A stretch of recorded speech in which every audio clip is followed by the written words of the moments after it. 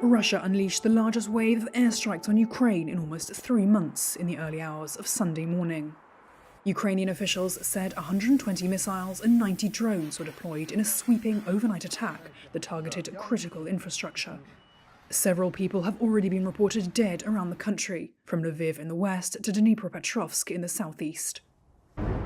This footage shows missiles being shot down over the capital, Kyiv.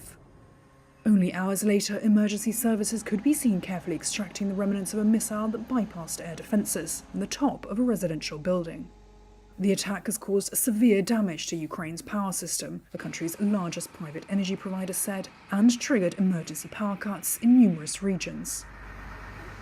Ukrainians have for weeks been bracing for such an attack, expected to cause long blackouts and ramp up psychological pressure just as winter sets in.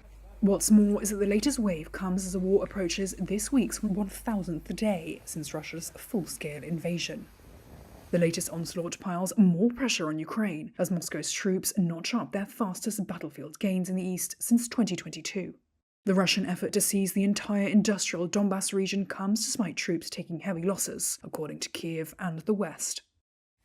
Ukraine's Foreign Minister Andriy Sybiha said the strikes appeared to be Moscow's true response to leaders interacting with President Vladimir Putin. There was an apparent swipe at German Chancellor Olaf Scholz, who called the Russian leader on Friday for the first time since late 2022. Although Scholz urged Putin to put his troops out of Ukraine, where they occupy a fifth of the country.